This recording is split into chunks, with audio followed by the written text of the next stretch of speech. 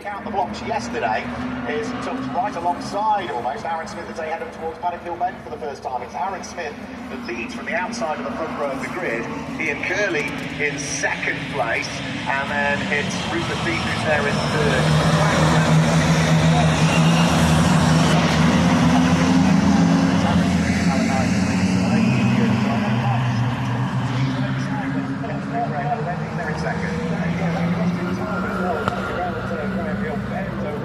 Sideways moment for Ian Curley, putting more in the clutches of Rupert Deep than attacking for the lead.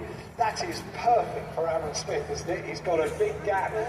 We've got one car which has gone off and just nudged the barriers on the outside of McLaren. The race leaders are coming out of block. We've got Ryan Taylor in the gravel trap at Clearways Corner, so that's sort of 3 for the lead, and now up into 4th goes Joe Polly around the outside of Paddock Hill Bend. Yeah, oh yeah, blimey, she did listen this morning.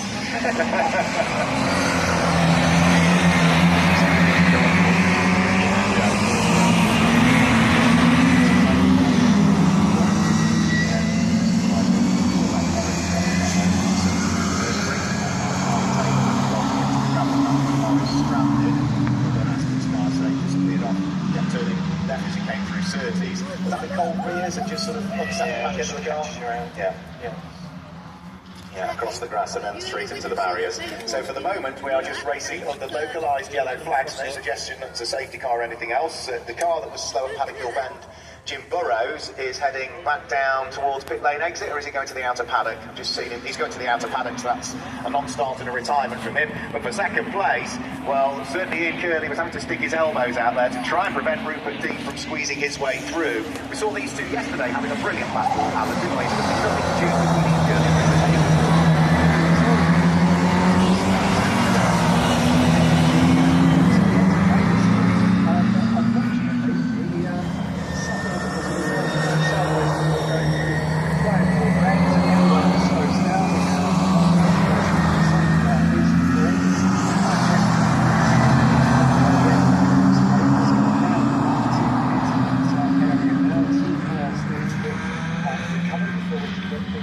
But yeah, that has cost Ian Curley dearly until the safety car comes out. Now they're all matched up together, so he's got another chance at this.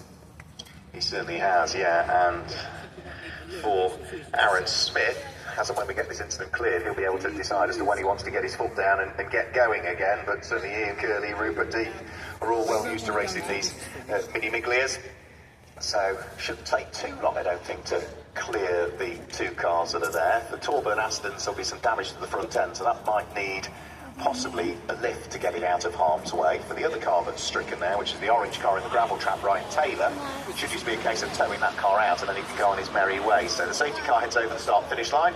Let's just confirm then the order that they run in under safety car here. So it is number 1, Aaron Smith, that leads the way. He is a multiple champion in the Mini Miglia category. Second is number 98, briefly a British touring car driver, Ian Curley, who's been racing minis, whether it be these type of minis or historic minis, for a very, very good number of years. Third is number 23, Rupert Deep. He's another multiple champion in the Miglias over the years. And 4th is number 76, which is Joe Polly. 5th place is 79, that's Scott Kendall. And in 6th place, it's number 5, which is Phil Brown. 7th is number 8, which is Coventry Hospital. Those cars are trying to top 7 are all Miglia cars. 8th place is Bradley.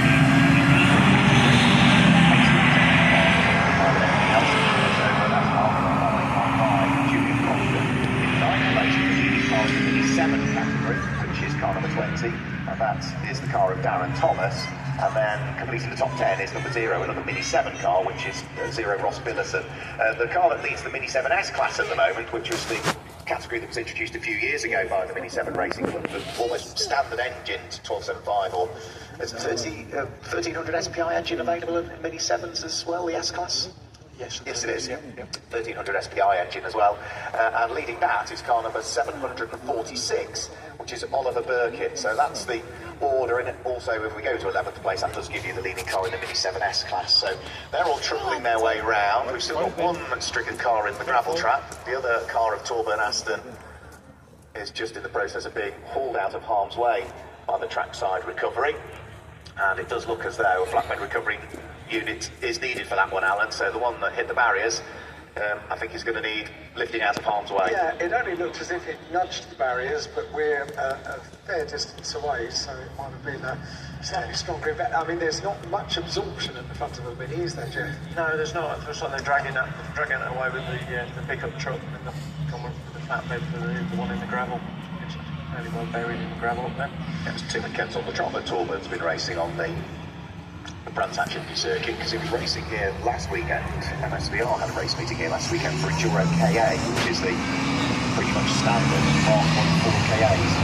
But the racing for 500 minutes on the Indy circuit, but the Indy car 500 for 4 KA, racing for 500 minutes on the Indy circuit, Indy car 500, and he's been racing for that.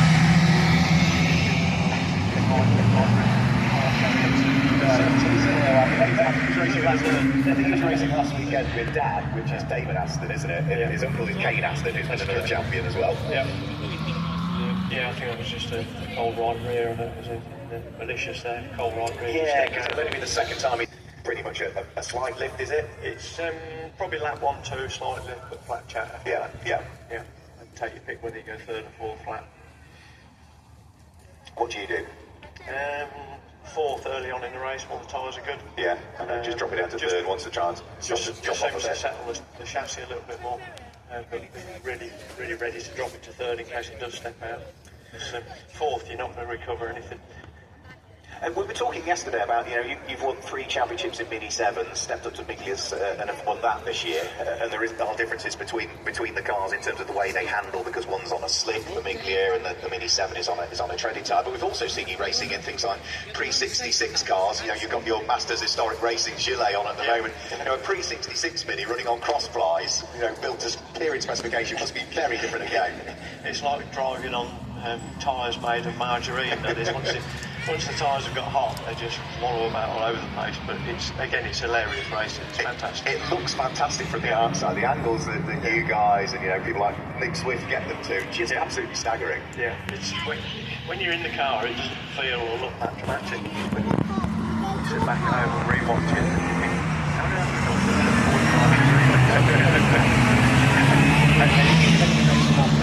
the rest of your career now?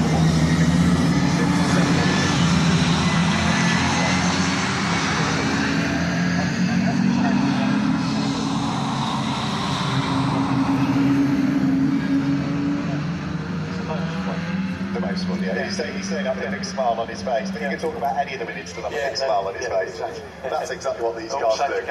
It is, yeah. So the lights are off on the safety car. Fantastic work done by Trackside Recovery and the Brands Hatch Marshals to get the stricken cars out of harm's way. So with 11.5 minutes just north of, we're about to get the race back underway, and Aaron Smith has already gone for it. He's got his foot down. He is bringing with him Ian Curley, Rupert Deeth, Joe Polly, and then the white and the Dalo pink car of Scott Kendall. So over the start-finish stand they'll go. Ian Curley jinks out of the stream of Aaron Smith, and now Rupert Deeth trying to dive on the inside of Ian Curley. And Ian Curley is going to have to break it out on the outside of Paddock Hill Bend, but Rupert Deeth, I think, has got the job done. So as they head up towards the braking area for Druid, it's Aaron Smith.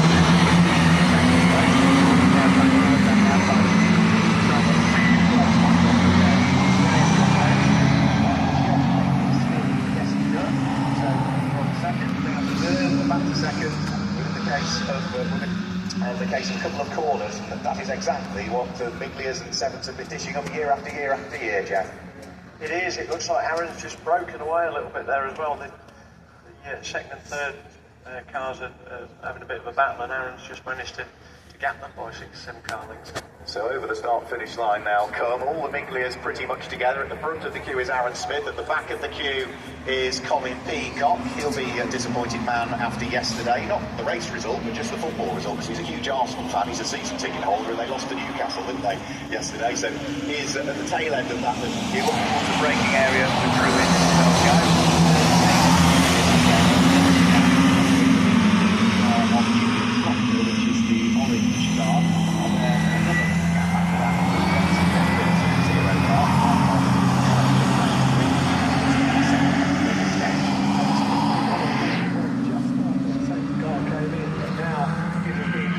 Back down, they go around McLaren, up towards Clearways they go.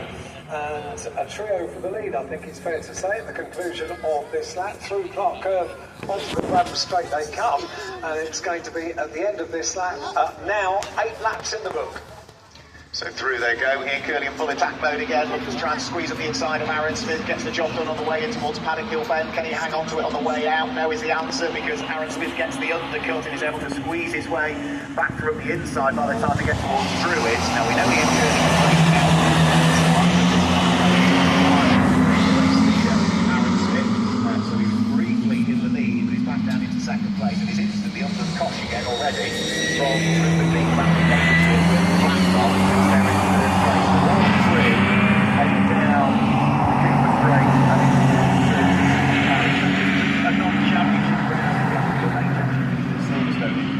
October, but these guys are going to be giving it everything, aren't they?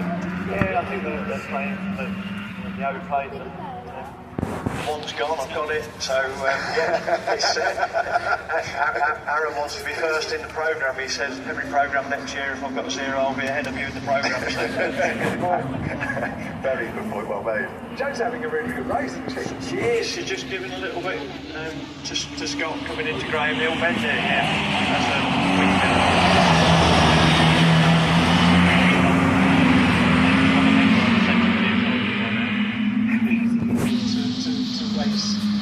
alongside your partner. Thankfully, Alan, a bit quicker, so not very often we're alongside each other.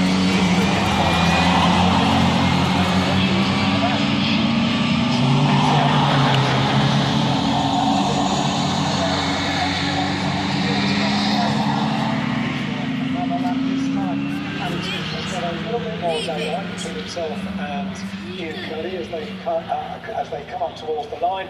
Ian Curley may be looking in his mirrors a little bit more because Rupert Deep has a look down the inside, just cheats out as they go through Paddock Hill Bend, but slots in back behind. They're still in the same order. They're in a class of their own now. They certainly are, yeah, they're just edging slightly.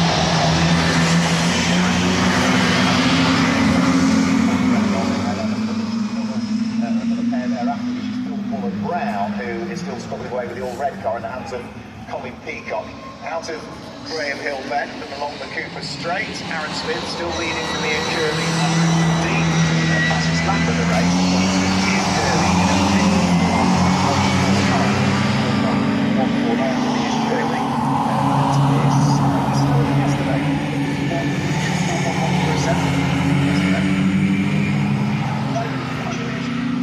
Sorry, Jeff, I was just about to say, I'm glad they've got nicer conditions than first thing yesterday morning, because it was a very, very green circuit for a long time yesterday morning, wasn't it? Yeah, it was. It took a long while for it to clear.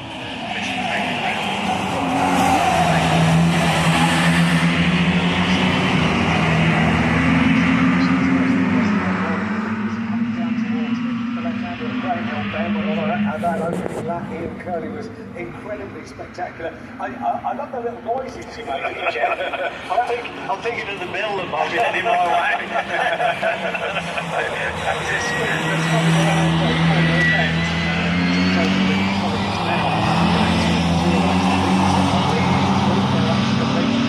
Another lap, and up towards the line now.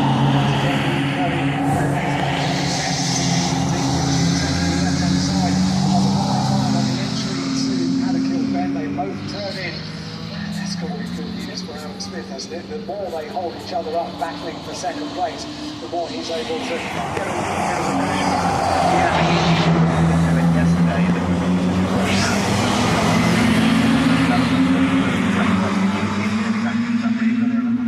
for Aaron Smith. I think Ian wants the 0 as much as Aaron does, to be honest, having spoken to him yesterday. So, right. So it's the proper gloves off, sleeves rolled up kind of stuff, is it? Exactly that, yeah. Well, he needs to get there first, and he's not quite there, is he? So he's under more pressure from Rupert Deep, is it, Curley, than he is applying to Aaron Smith racing. It's just that little bit of daylight that he needs to play from the tail end of the start. 5 minutes to go. Should be 6 more laps out of this one, if not maybe 7. Ian Curley is feeling the picture. Rupert Deep guys from the inside. He's got the inside line and heading towards Paddock Hill Bend. He can really do best now. I think he knew he never got it. He could let Rupert Deep go through. But now we've got 4 cars fighting away for what will be 4, 5, 6,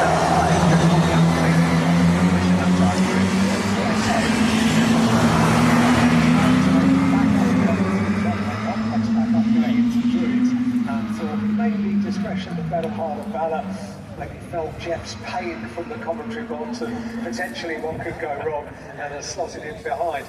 Meanwhile, and here's the next phase of the race, if you like, for the top three, with Rupert Death now in second place, Ian Kearney taking a wide exit from the crowd to try and get a good place in the road to take back towards the start of the start. They're going to be in traffic very, very soon. That's going to be the next chapter in this race. Brown, I think, he's gained a place here over Scott Kendall, but Scott is really great on the right there. Fanny Hill there, Brown, still driving down there, still side by side. Joe Bonney gets the run, Conor Deacon gets the run, but they can't drive. They are still side by side, all the way round through the finish. Fuller Brown still hasn't quite got the job done yet. He's going to have another goes ahead down in towards Graham Hill Bend, duck inside of Scott Kendall, try and park it on the exit. Prevent the undercut, which is exactly what he did there. So Phil Fuller Brown hangs on to fourth position, which, you know, he was just ahead of Scott Kendall by 23 thousandths as they came over the start-finish line, but it took him, Jeff, 4 or 5 corners to finally get the job done. Yeah, indeed, yeah. This is bigly racing. It's race the way you're on the bridge, it's chopping the spot in. Very quick.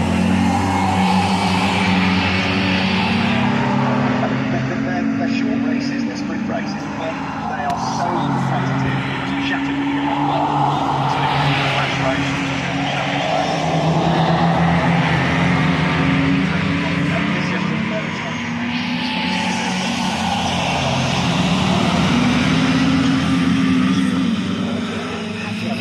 It's the second day that you've mentioned this. This looks like a proper season finale.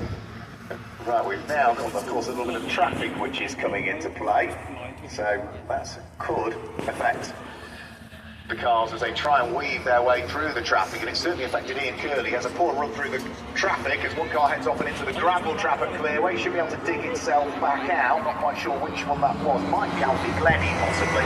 Now, I don't think retreat through the gravel trap, but side by side, of course, Paddock Hill Bend. Scott is feeling the pressure here from the lead. Dropping away.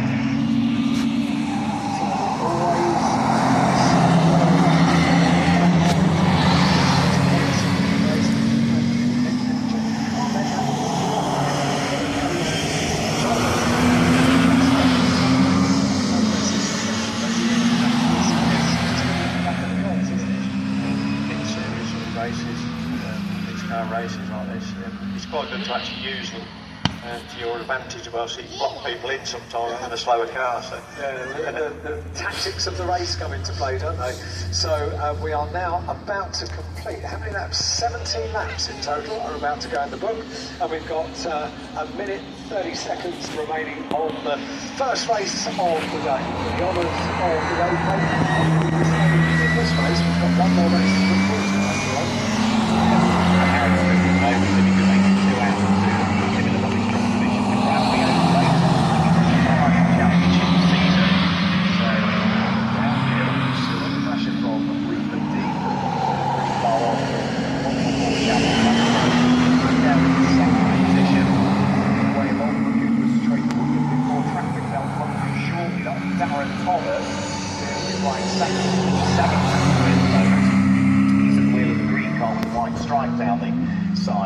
But I think, as far as Aaron Smith is concerned, he's going to meet that car absolutely in the perfect spot, which is just as they come onto the Brabham straight. So Darren Thomas, very experienced racing mini, sees the front runners coming, lets them go through. So onto the final lap of the race goes Aaron Smith, still under pressure from Rupert Death. Rupert Death now needs to make a decision. He's got 1.2 miles out to try and figure it out.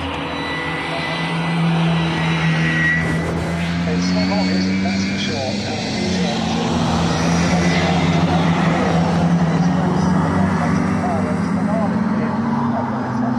Way to get things underway. So racing more practice. Very much going away in practices on being in the track. Sure. Going now into the left-hand side. Towards McLaren, Clearways and Clark Kerr are the final two. And the top two are together.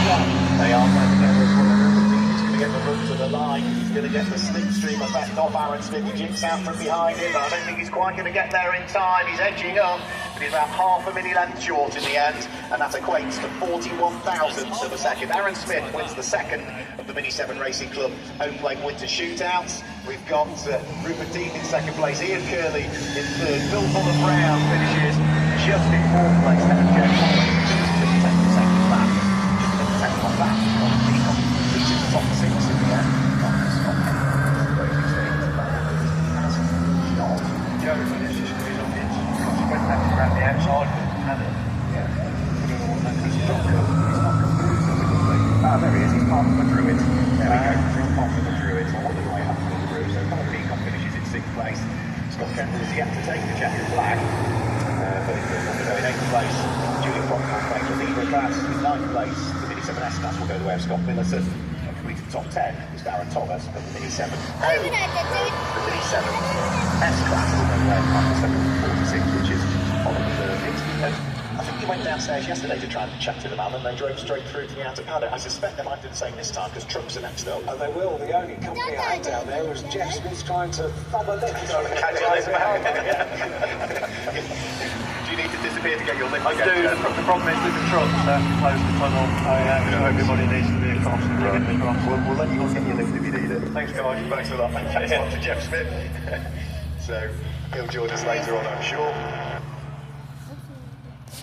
So just to confirm the results then of that Mini 7 Racing Club Home Plate Winter Shootout. Number one, of course we've got the show truck displays all weekend up and down Colin Chapman Way, but for this year they do extend into the outer paddock as well, so down through Paddock Hill Bend and into the paddock area down towards Halewood's Bar and Restaurant, which is open all day. You've got the show trucks all around there. Of course they'll all be taking to the track as well in advance of the fireworks. This 17 can get behind the wheel of a brand new dual controlled BMW 1 Series for a taster driving session. Now they're done on the Grand Prix loop.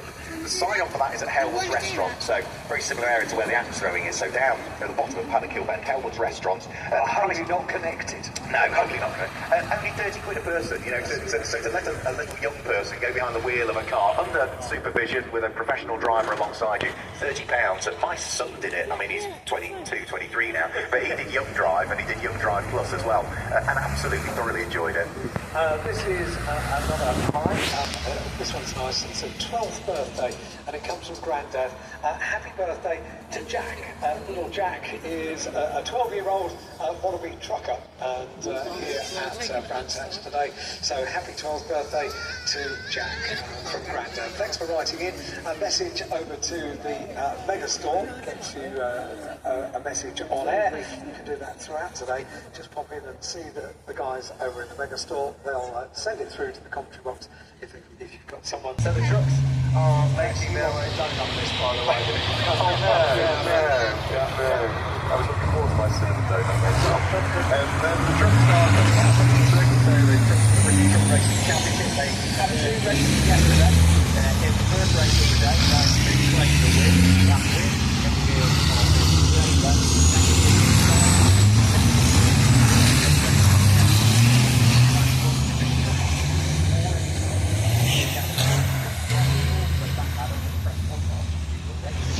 Claim another win in race number 2.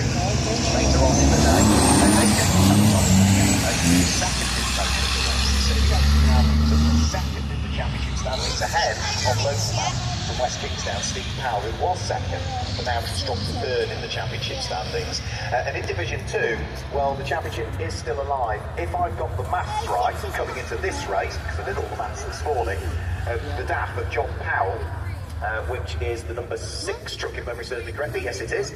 He is on 493 championship points. Simon Cole, who drives the number 41 Iveco, is on 477 championship points.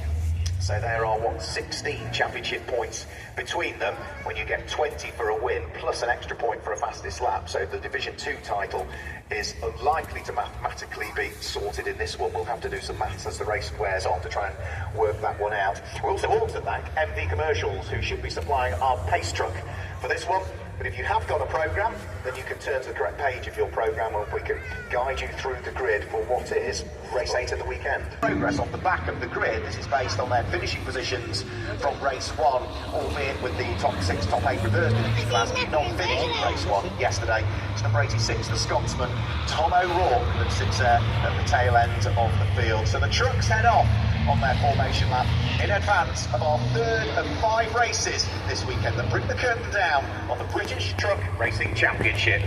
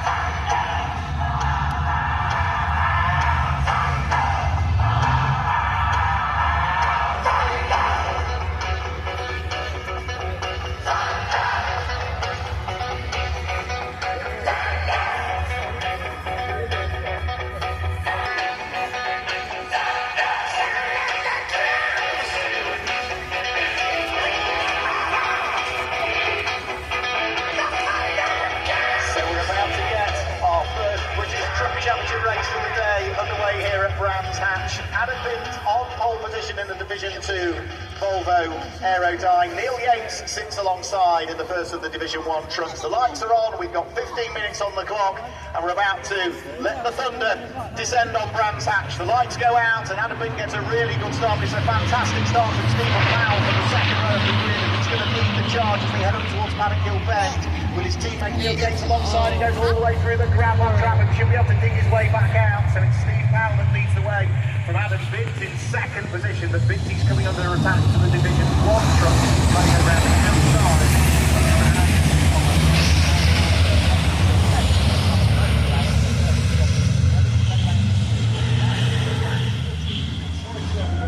Spectating on the grass over at Maddockhill Bend. It might be a bit dusty after that because he did very well to completely pass it, got it through, and which is just fit from the back of the field as the race leader comes over towards the line.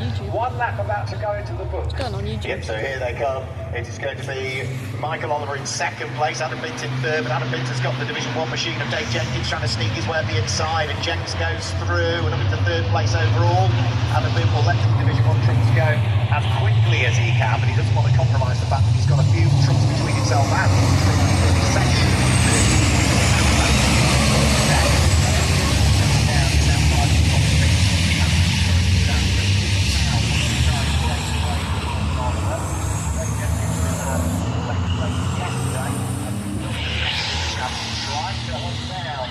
First of all, Michael Oliver, and then if he can get past Michael Oliver, the next target will be Stephen Powell, because remember, Alan, Dave Jenkins and Stephen Powell are only separated by 4 points for the runners-up spot in Division 1 at the moment. Battling it out together in the championship, aren't they? This is the final day of the championship here at Brands Hatch, the traditional closing curtain of the British Truck Racing Championship here at Brands Hatch. They're closing up, you know, on Stephen Powell. Across the line he goes. Another lap goes into the book. Lovely interview that I was able to do with Michael Oliver in second place, just defending from David Jenkins yesterday. Well, I said, we've had a really good year, Michael, is it? I'm a really good driver. I got a great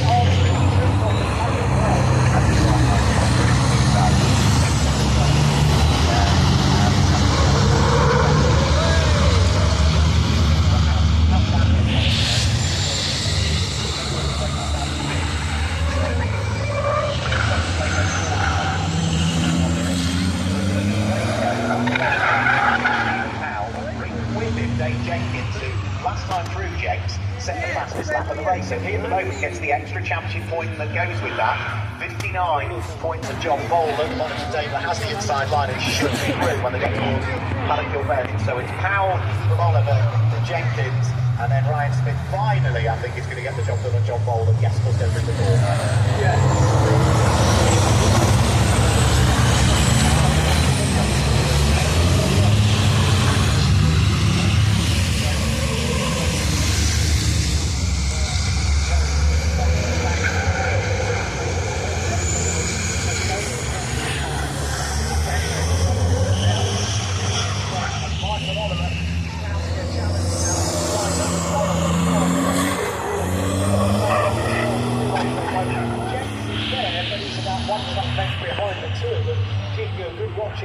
He really needs to go with Michael as well and challenge for the lead of this race. Up towards the line they come for the lead with Ryan Smith looming ever closer.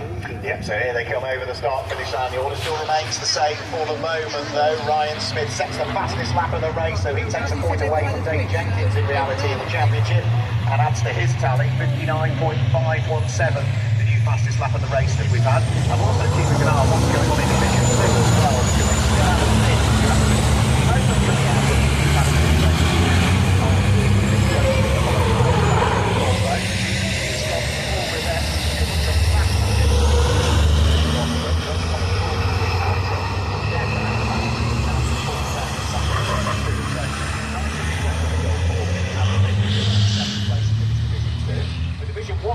Ryan Smith is almost there. He was 2 seconds adrift.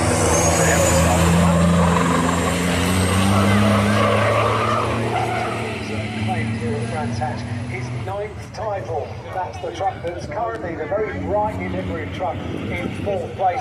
Could get spicy here because Ryan Smith has a look down the inside, just peeks out to the right-hand side and then slots back in behind Jens. But they have had some mighty battles over the years, haven't they? David Jenkins and Ryan Smith, and for sure, Jens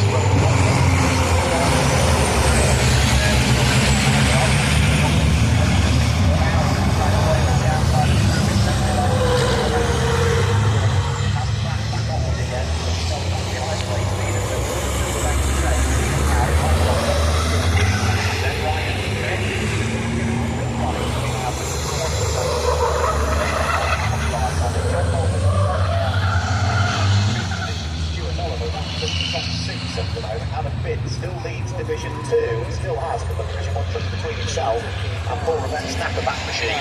So here they go, this is the 6th lap.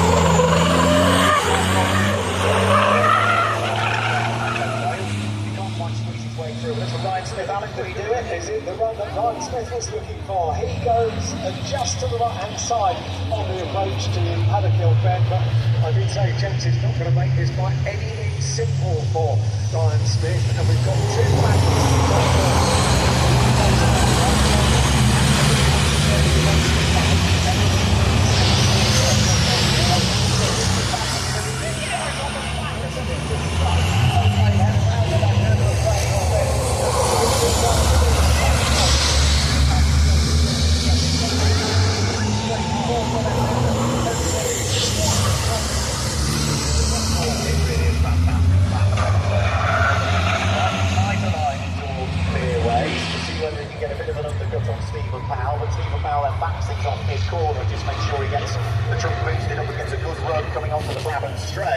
Dave Jenkins also feeling the pinch a little bit from Ryan Smith, who's getting towards the rear bumper of his MAN.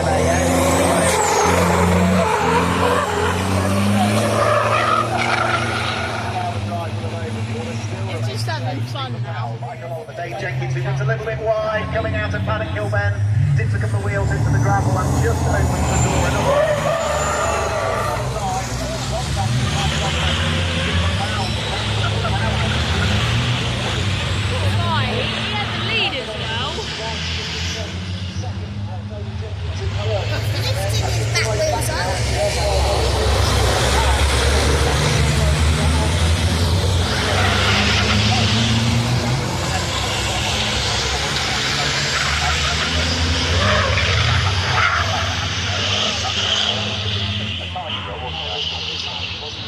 Sideways, like on the corner there. Heads around Clark Curve up towards the Gladden Straight. And look at the pace coming out of Clark Curve for Ryan Smith, the 9-time champion on the run. He wants to win again, doesn't he? He wants to make it a hat-trick so far this weekend.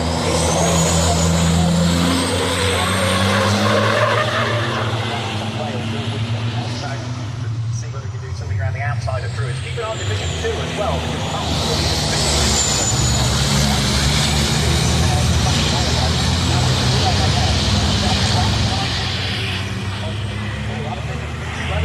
Paddock Bend as well, and that opens up a possibility for Paul Rivette. Paul Rivette not capitalised.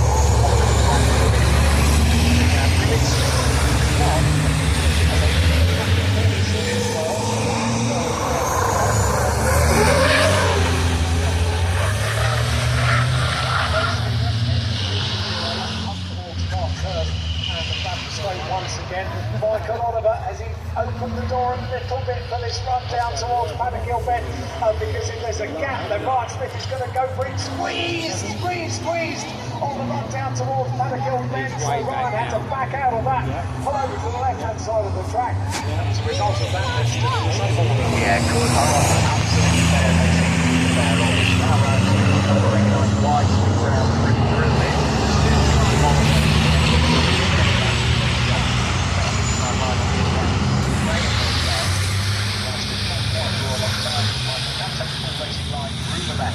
Make sure that he gets cleanly off it and gets straight away to the right hand side of the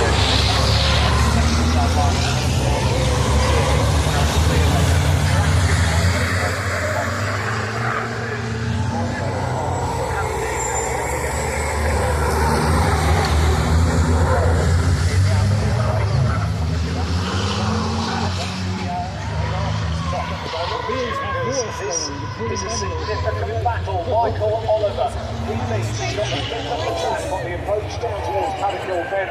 The Matt Parker. Oh, he's disappeared now. He's disappeared now. Just had a big old spin at Graham Hill Bend and Jonathan Ball was rushing from the green.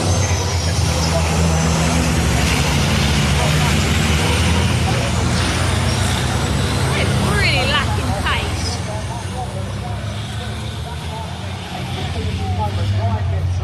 Gents get through. That's by the time they exit Graham Hill Bend. That's his driving.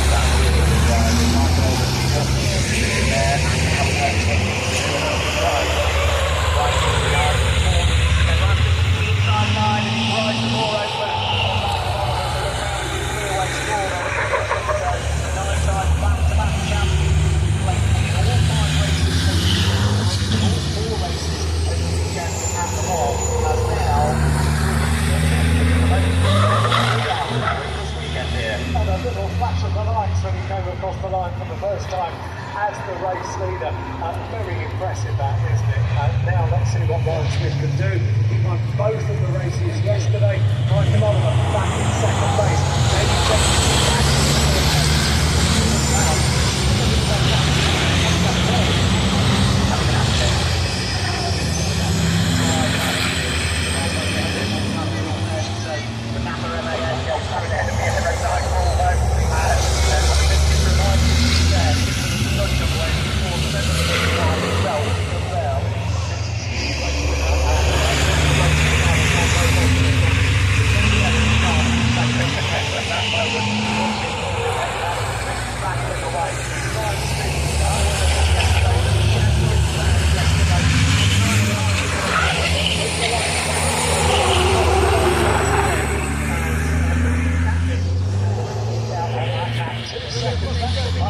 faster snap of the race as well for Ryan Smith at 58.268. He is just so impressive.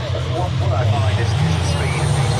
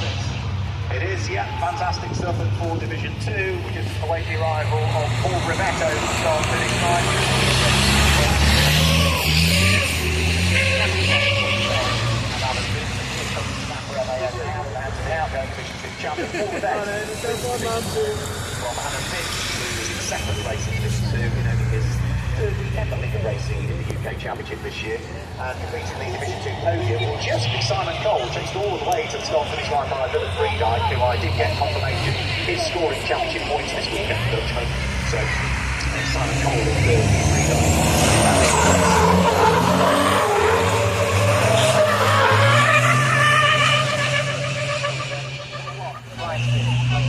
4.8 seconds in the action of the 12 Michael Oliver. Third is 69 Dave Jenkins. Fourth is number 3 Stephen Powell. Fifth place is number 14 John Bowler. Reaching the top 6 is number 7 Stuart Oliver. All of these trips on Division 1 by the way. 7th place is number 86 Tom O'Rourke. 8th place is number 11 which is Dave Smith. In 9th place that's the first of the Division 2 trucks home. Number 22 Paul Levett. Reaching the top 10. It's the second of the Division 2 trucks home, which is Adam Bint. Just to give you the 11th place race yesterday, win going away of James Black, but in terms of the championship, you know, Sam Gornall, Harry Hickton, after yesterday's results, still more than in the hunt, as is James Black and Alex Solly. You know, the championship is still up for grabs, and even in this race, it's highly likely to go to the final race of the season, looking at the current point scores. There's no doubt he goes to the final race of the season, because even if Sam Gorman was to recover from the issues he had in the race yesterday, Which was gearbox, wasn't it? Third gear. it was a clutch issue that Right. was in gear, so he was stuck in third gear throughout. But even if he was to come through the field, win the race, and pick up the 6 bonus points that you get for fastest lap, he can't get enough of the lead over Harry Hinton to wrap it up. So he will go to the final race of the meeting, final race of the season. And looking at the way things closed up yesterday with James Black's win bringing his right back into contention, and with Alex Solly and Gabe Fairbrother also bringing that gap down, I'd be very surprised if there's only 2 drivers who go into that last round still able to win as well. I think we could possibly 3, 4 of them I think are still going to be in the mix. It's fantastic, isn't it? Because it's 50 points. You know, you're talking about the 6 points for the fastest lap in each race, but it's 50 points for a win as well. And in reality, what have we got? The top 5 separated by 44 coming into this one. So, yeah. It's really close. Feisty, I think, is what some of the drivers have been predicting. No, it definitely wasn't me. It definitely feedback. All eyes pointed to Werrell. And it's going to go on YouTube, which you're going to subscribe to. I already am subscribed to you. See, everyone's subscribed to me. This reverse group draw, do you think James Black and Gabe Fairbrother can get through the 8 cars, or that they need to do the 7 cars they need to do? Well, at the end of the day, this is anyway, so anything can happen. I mean, going into the race yesterday,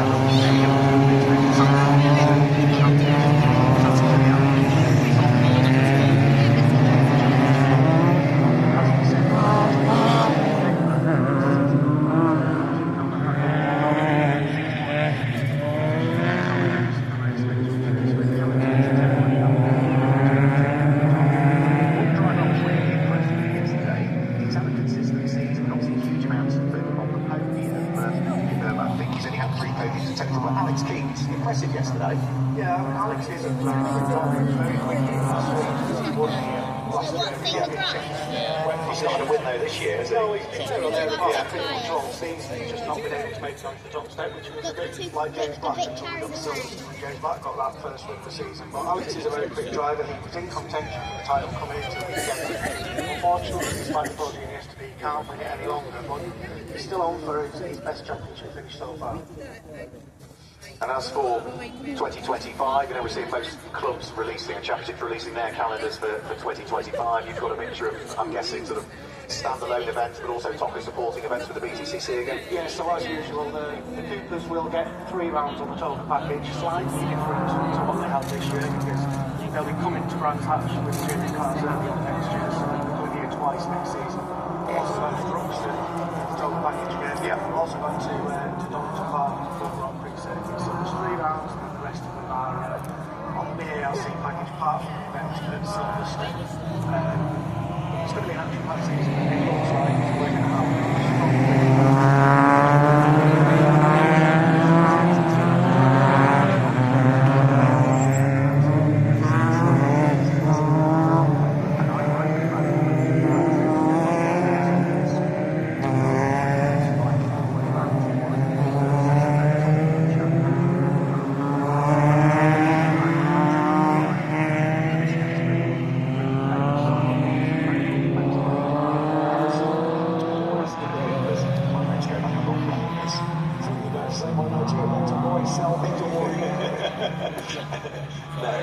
not quite. Not quite that far. No, not quite. But for the other category, they did go all the way back to Steve Murray. I think it was the first ever John Cooper Works champion, was he, as it was. What they used to do, when it first came out in the UK, where there's chased the DNA of this championship, it didn't just do circuit racing. There was the odd little sprint and hill climb that it did, if memory serves me correctly. That was back in the days when Penny Maddox was the media delegate for the championship. Shows the longevity of the championship, though, because some of the drivers you just mentioned were still racing the championship 2 years ago, last season. A few years ago, yeah, it works, as you say, it works. So colours then, it's sort of white and blackish for Leo Purchase, who likes on pole position. It's grey and daylight yellow for Alex Solly alongside.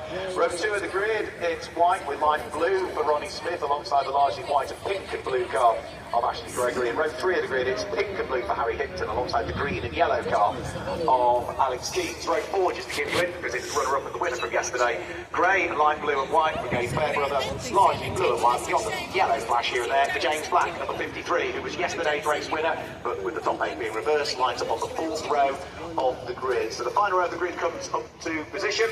15 minutes are on the clock. Red lights come on now, and we're about to get round 20 of the 2024 Virtue Mini Challenge Trophy underway. Really poor start from Leo Purchase from pole position. Alex Solly nails the start, and Leo Purchase already now finds himself coming under pressure from Ronnie Smith, who is through and up into 2nd position.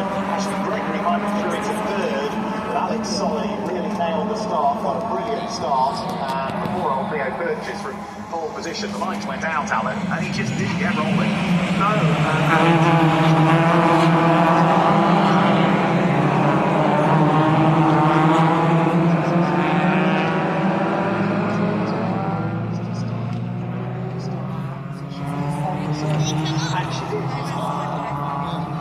but then almost made a mistake going round through Graham Hill Bend, got very, very sideways, cold rear tyres, planted a foot to try and get it all pointing in the right direction, and actually got squared up by another car, hitting a square in the rear bumper, which sort of straightened up the car to a degree. But that has now dropped Ashley Gregory outside of the top 6, and I think possibly down into 7th place as Harry Hinton tries to attack around the outside, the two sort of blue and pink cars together. So that's allowed the top 2 to get away. Alex Solly leads the way.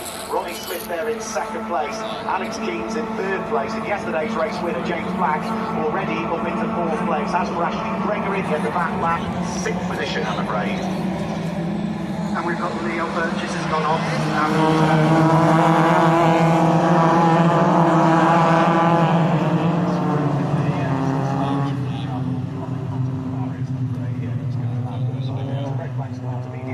Marshall's on hand, and that is with 13 minutes and 33 seconds on the clock to go, just one racing lap to conclude. Yeah, that's a noise again. It did it earlier on when Jeff Smith turned the microphone off. We got that feedback, so as it unplug it, could they possibly get it back out? Because, you know, we did have, was it testing yesterday, on Friday, there was one car again that suffered a very similar incident, and that was back out yesterday racing, was it not? Yeah, it's always amazing to see how quickly teams can get cars back out. I mean, look, the first time we've had a car run through for Brantach that's been out for the next race, highly rightly last year, rolled here at the first round at Panican Bend, and the team had his car fixed out again, so... And he's running with Graves Motorsport, isn't he? Who are, you know... Graves know what they're doing, they're a very experienced team, and it might be one of those, you know, it wasn't a high speed. No, it wasn't. It was a gentle rollover, so it could well be one of those that looks a lot worse than it was just because the car's upside down. Yeah. We've got another couple of announcements that have found our way to us. So, say Alan suggested earlier on, if you go to the Brantach Mega Store and have a word with them there, they will be able to let us know if you've got a shout out or you've got a birthday or you're celebrating something. So a couple more have found their way to us. So wishing a happy birthday to Lewis Wilson.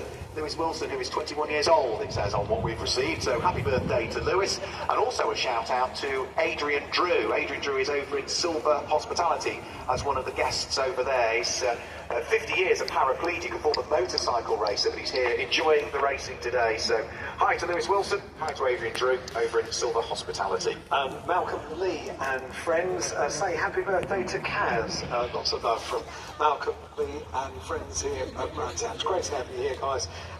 Happy birthday, Kaz. If you do want a message, best way to do it is to pop along. If you're down the Colin Chapman Way, pop into the mega store and just ask them if you can have a little announcement go out on the PA system and on Radio Brands.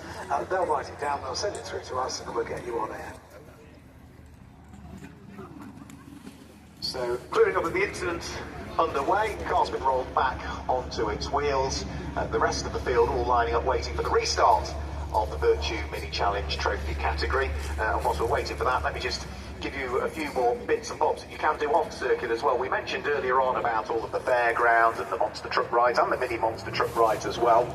Remember, we've also got that axe slinging, tomahawks and archeries. For me and really Louis Fleet brought his team on back into the pit lane, so he's not on the grid either. Thank you. I'd spotted the other gap. I couldn't quite work out who it was. I've got a lot of birthdays here. Happy birthday to Tom Keeling, and love from Faith, Ella, Rob and Hayden. Happy birthday to Scott McLeod, Ryan Smith's biggest fan from Scott's wife. And this is happy birthday to Pete.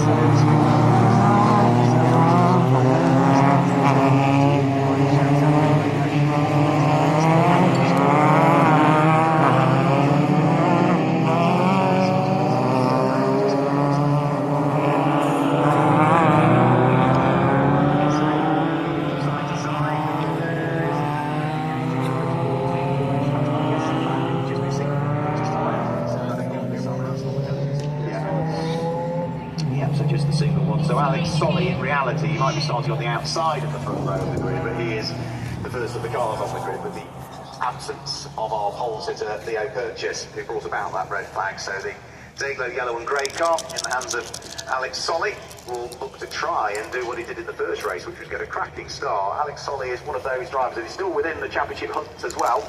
So he is being run by Graves Motorsport. Lying fourth in the championship. He is on a net score, because you drop your worst two scores in this championship, of 666 championship points. So he is 34 points off the leader, James Gornall. Remember, it is 50 points for a win, it's 44 for second, it's 40 for third, 37, 34, 32, and so on. It finishes from there. An extra 6 championship points for the fastest lap if you set it in each one of the 3 races that we've got this weekend.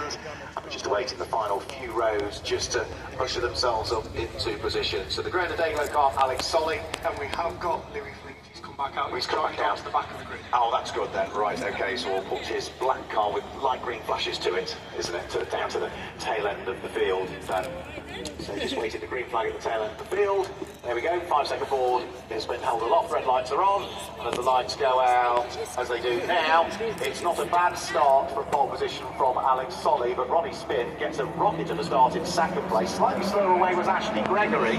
She's being ganged up on to left by Alex Keeper, to the right by Harry Hinton, and those do go 3 wide as they head round through Paddock Hill Bend. They all give each other just about enough room. It's Alex Solly that leads from Ronnie Smith in second place. He's going to be there in third.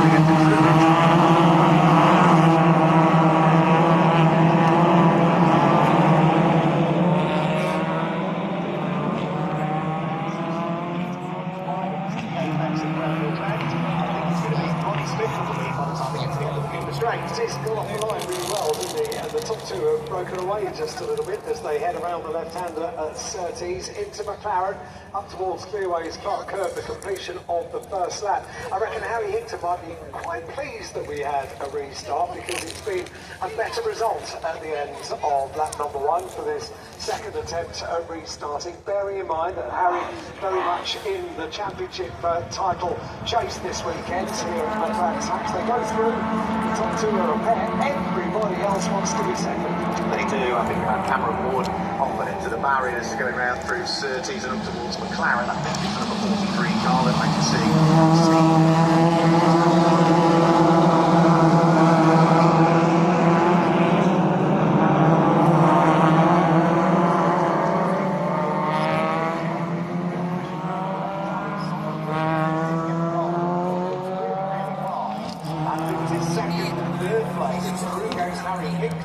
and also through goes Kent Fairbrother, so that's been 4 laps heading round through Graham Hill Bend for Alex Solly, where the car just hasn't been compliant with his inputs.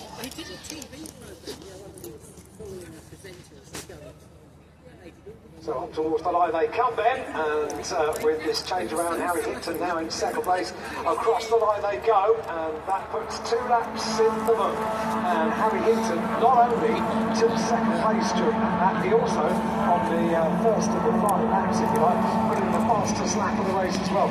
56.9, set before this weekend.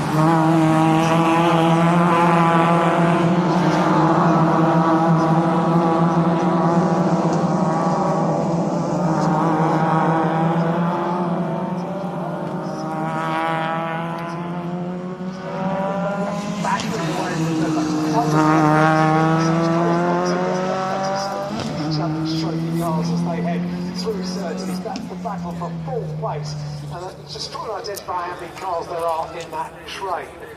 Then we get the gap before we then see James Black running there in 4th place, but they all go to bunch up because the safety car is being scrambled from down beneath our commentary box because of the stricken car of Cam Wood there, out at Surtees and McLaren. So that's going to prevent the top 3 from breaking away anymore, isn't it? Bunch everybody up. That queue of 13 cars, Alan? Yes. It's not going to be there anymore, is it? The whole field, isn't it? Because they all slow down up towards Druids. Great Fairbrother just before the safety car came out and picked up the fastest lap of the race.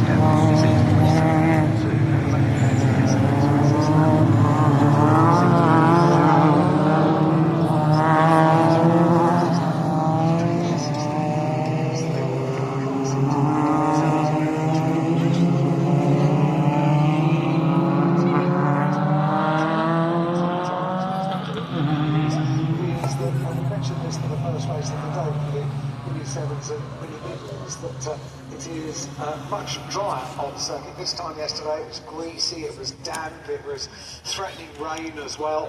They have a dry track. The only thing is, it's quite chilly outside, so keeping heat in the tyres during a recovery intervention like we've got now is going to be an important job. Yes, obviously we haven't got to that stage yet. Him and Sam Gordon now 11 on championship points, so it's only the 6 points for pole that he's still to take that are going to put Harry Hinton into the lead, and the gap between those top 5 in the championship as we stand with Sam Gordon running down in 8th place, they're going to be covered at the moment by 28 points. Wow, that's so close, isn't it? closing right up. And just for those that aren't familiar with the championship regulations, you're talking about 6 points of pole, which we can't count yet, because the way the championship works, your fastest lap was 4 gives you the green for race 3, which you haven't got to yet. Time straight, gives you race 3, your second fastest lap gives you race 1. It's changed up the main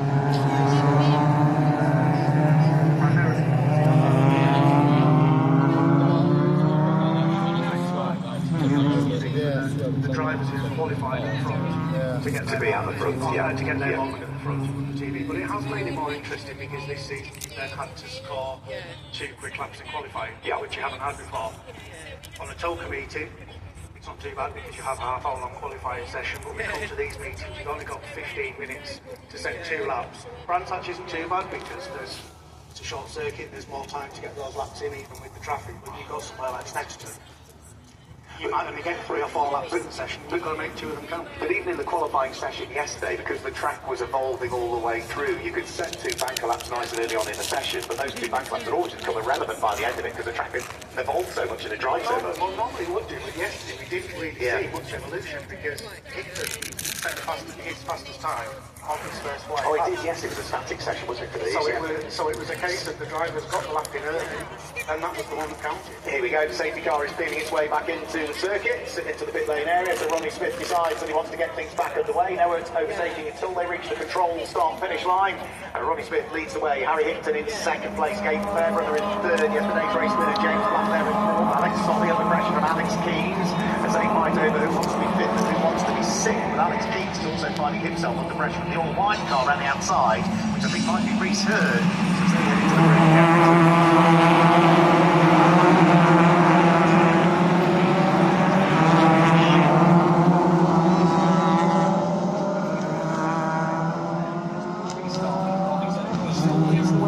Harry Hinton.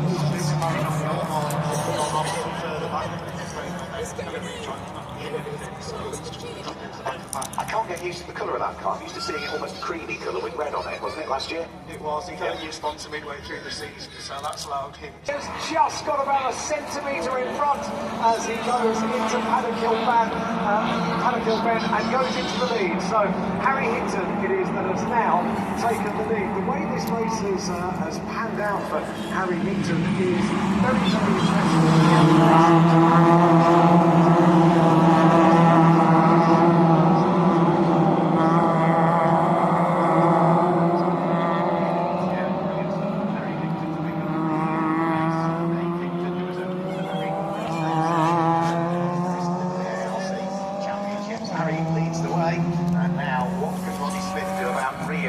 We've also got side-by-side action for third and fourth place as James Black slid at the inside of Gabe Fairbrother, but then Gabe Fairbrother was able to squeeze his way back through again by the time they get towards Clark Curve. So over the start-finish line now will come. It is Harry Hinton that leads the way. It is still Ronnie Smith, is it, that's there in second position? No, sorry, it's Gabe Fairbrother that's there in second position. It's Ronnie Smith who's fighting away with James Black, two very similarly livery cars. Alex Solly is still there in fifth place. Reece Hurd is there in sixth position. Alex Keanes is seventh, but for the lead of the race, Harry Hinton is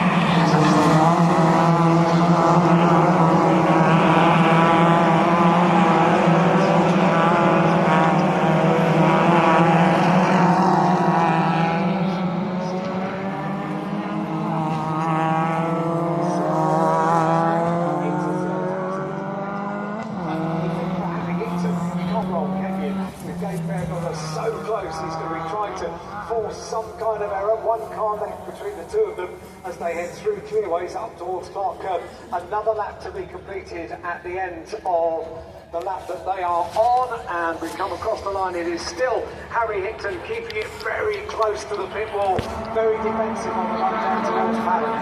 He's still just clinging on to this lead of the race. Gabe Fairbrother's still there in second place, edges up a bit more towards him as they head out of Paddock Hill Bend and up towards Druitt. Of course, the gap really close.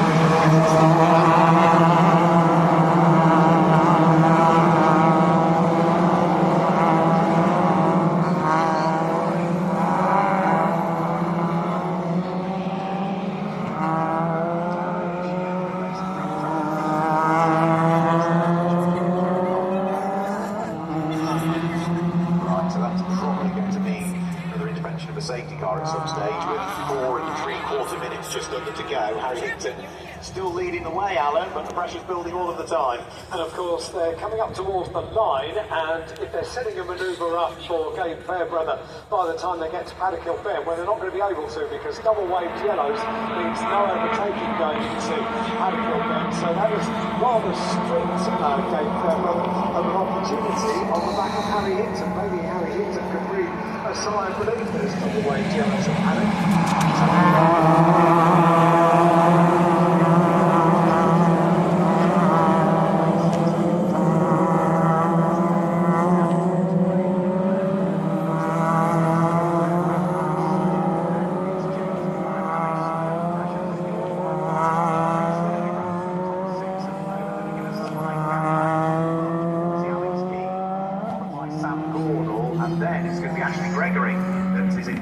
Who completes the top 10 at the moment? It'll be Josh Wilby that completes the top 10. That's Josh Wilby. Josh Wilby just took the fastest lap of the race. Right, okay, and he looked at that whilst there was some yellow flags up at Paddock Hill Bend, so he must have really nailed the rest of the lap having slowed for Paddock Hill Bend. I think he'd have been ahead of them to get on the track.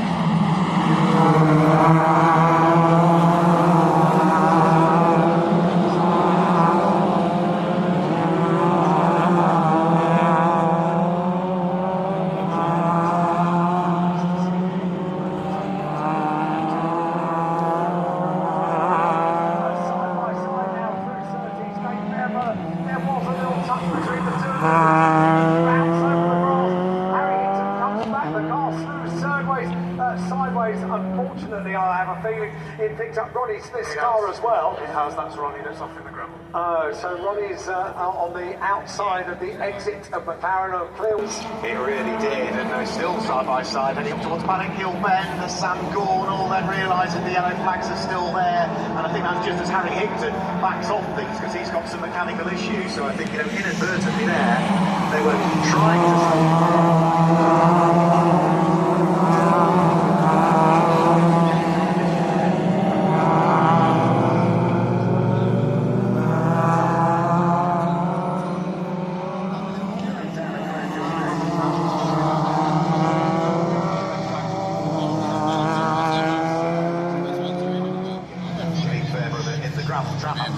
Alex Solly coming out of Graham Hill Bend.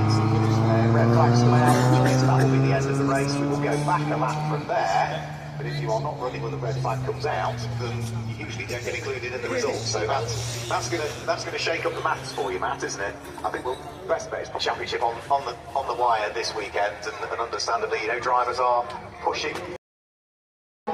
Ben for the first time, and is going to pick up the lead of the race from Alan Cooper, who slots himself through into second place. Ryan Hadfield's there in third, and everybody wants to be fourth at the moment. So that looks as though it is Dale Gent fighting away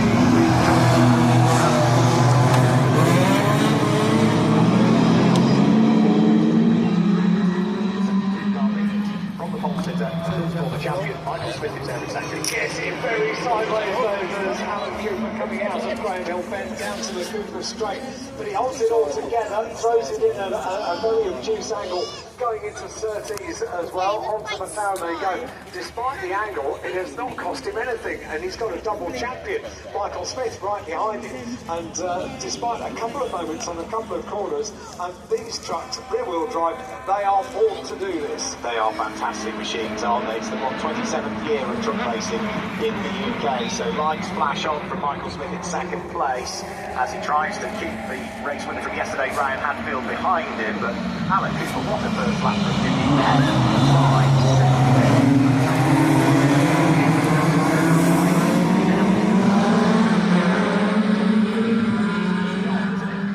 Ryan Hadfield, yesterday's race winner, took into second place. Michael Smith is there in third. Dale Gent, the champion-elect, is there in fourth position. I want to have dropped to the very tail end of the order that time. There will be Chris Lamb for the 77 Hampton. Not long way as everybody else.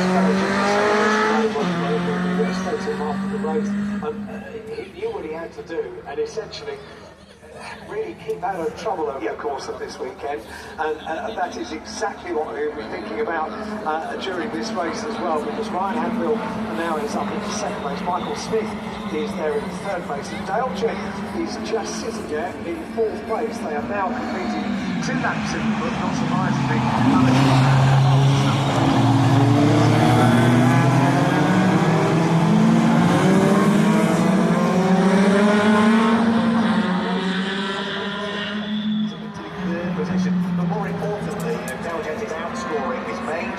rival, which is the number 65 truck of Mark Willis. Mark was coming into this race 348 points adrift.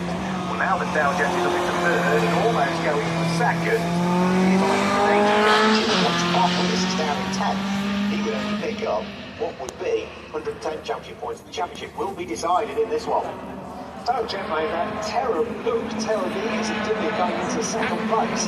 And he was saying that the team, everybody had told him this weekend, you just got to be careful this weekend. And it goes against the basic instinct of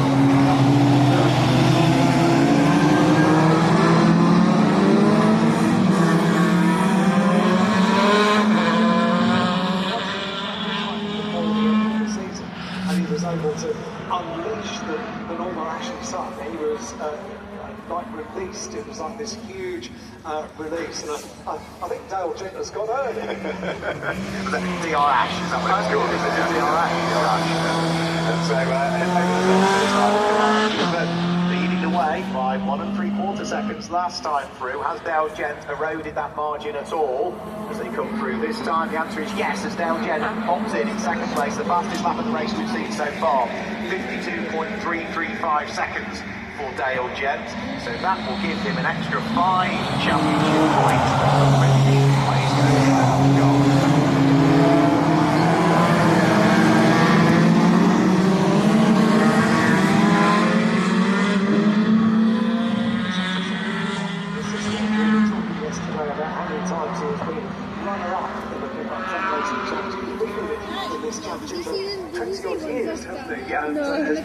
Tantalisingly close to claiming the title, but this weekend, pretty much from the start of the weekend, it's just got something not quite right.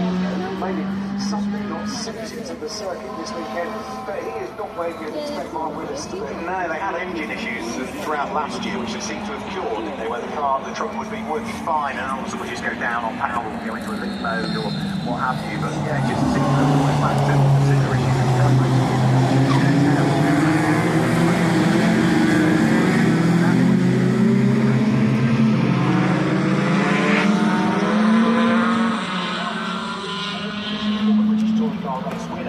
Matt Simpson, whose father Jeff Simpson was the first ever champion in this category back in 1997. Matt's just popped in at 52.021 second lap, so he now picks up the extra 5 championship points. Yeah, and that's significant as well, isn't it? As they all compete for their various positions in the standings at the end of the line goes the race leader. And Dale Jenkins, quite right, is closing on the race leader. I think that being careful idea and just not overstretching it too much has all gone out of the window for Dale Jenkins, because he can sense this race.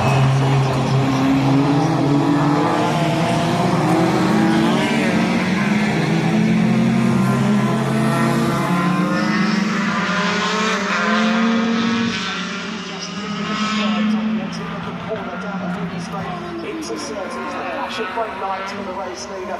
Dale Jenkins right on his tail.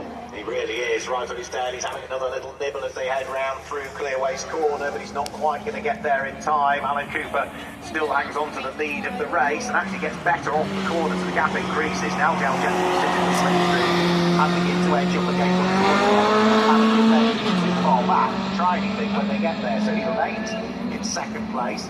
Matt Simpson is still there in third place. Ryan Hadfield fourth. Chris Brockhurst in fifth. Is this the opportunity for the lead of the race to Dale Jenkins? Yes, up the inside of Alan Cooper.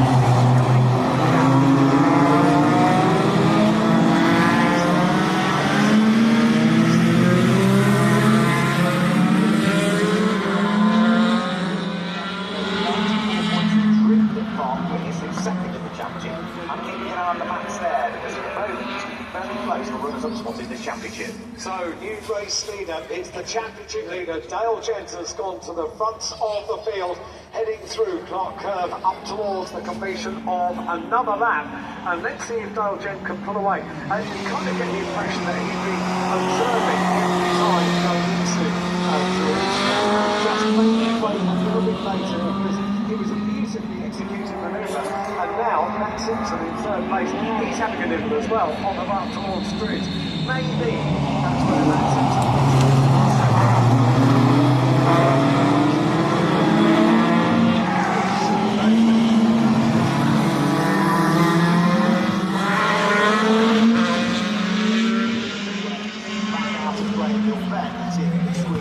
through, but Alan Cooper is wise to that. He's almost up to the rear quarter panel as they headed towards Surtees, but again, he knew the gap was going to close. Now that we've got this fight going on for second, for third, for fourth and for fifth, it's just allowed, hasn't it, Dale Jenkins to romp away in the lead of the race, so he leads. Alan Cooper under pressure for second from Matt Simpson, then it's Ryan Hadfield, and at the back of that little quartet of cars fighting over second is Chris Brockhurst. Champion heading into the right.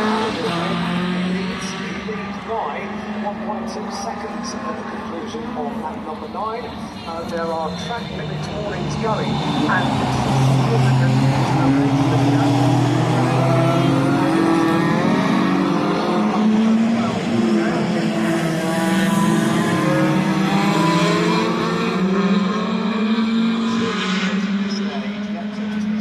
wind things back in. Leads by 1.2 seconds. So if he were to pick up a penalty, that would be a 5-second penalty, which would undo some of the hard work he'd done to get himself through into the lead of the race in the first place. We had a change for order further back. James Goldstraw, who was struggling with the engine being down on power yesterday, lost 2 places. He dropped from 8th to 10th last time through, so that brings Mark Willis up through the order again and gives him an extra few championship points, which currently has to try and work out. Simpson now up into second place. So that's good for him. That's 190 championship points. Plus still, is he getting the high?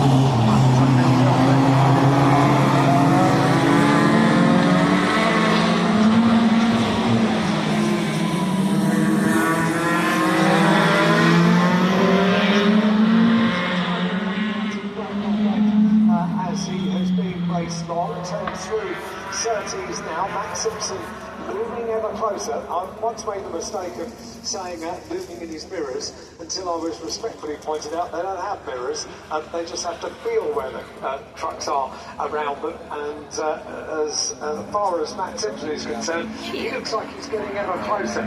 It was 1 second, it's now 0.6 of a second. They conclude Matt Simpson is closing. He is closing. Look at Ryan Hadfield now, who's drawing himself alongside the truck that was leading John in the hands of Alan.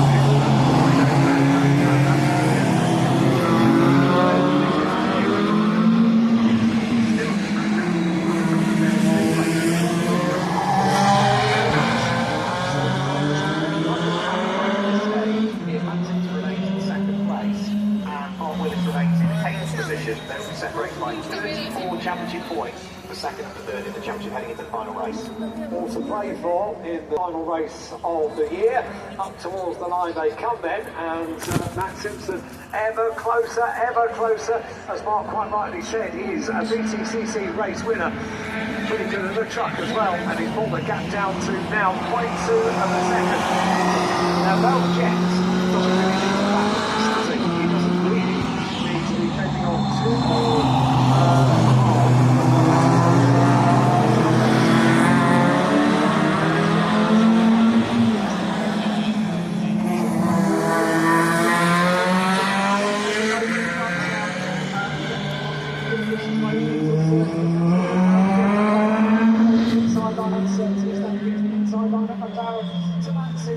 What a lap this is. Matt Simpson goes into the lead. Did I say that Dale Jett was just going to say after you? Yeah, well, yeah, he didn't make it easy, did it? But it was all to no avail in the end as Matt Simpson goes through, and even more so because Dale Jett has picked up a 5-second penalty for transgressing the track limit. So Dale Jett will have 5 seconds added to his race time, which is going to drop him down through the order, and mathematically that's still okay, I think, at this stage. You can't really make that right.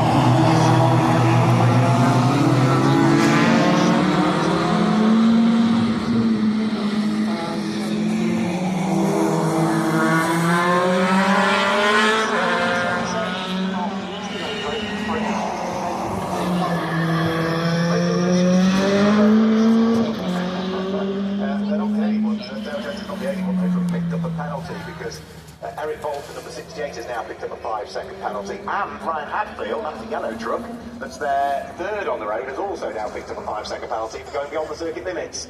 Well, they all need to calm down. There's one more race to look forward to this afternoon, and this could really throw it all up in the air a little bit, couldn't it? Because there will be quite a sort out of championship points. The sort of how many championship points are going to get at the end of this race.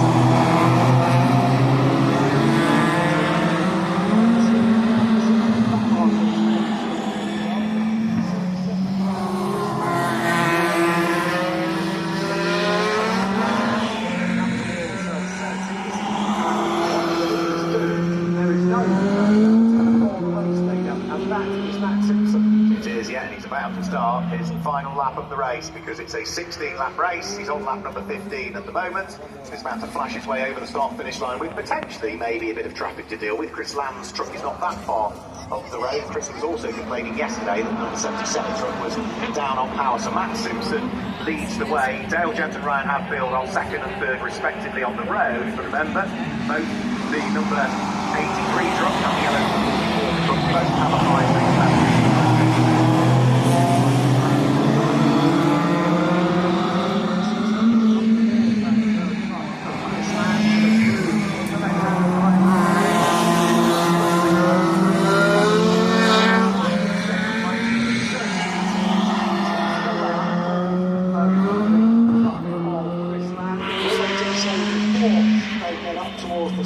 Line and the checkered flag possibly it's going to be fairly close, but the checkered flag is prepared down on the start finish line. Here he comes, Matt Simpson, about to take a checkered flag and win his first race of this weekend at Brands Hatch. The win goes to Matt Simpson. Win goes to Matt Simpson. It's going to be Alan Cooper, number 72, that finishes on corrected times in second place, with number 89, Chris Brockhurst, completing the top three. Michael Smith, number 93, place in Delta, and 5 seconds of his time. He will finish in fifth position with the next for 106 championship points, albeit subject to a big combination. That means he will be the racing champion for this year. He has outscored Mark Willis. Mark Willis was 304 gates coming into this, looking to remain around the rest of the weekend, so I think we can still sort that one out. In terms of the second of the champion, I need to do some more maths on that one as well, so I'll take a quick photograph of that screen before TSL Live it, and I'll let you do some quick maths to how it looks for second and third in the championship as we head into our final pickup truck race later on today. They are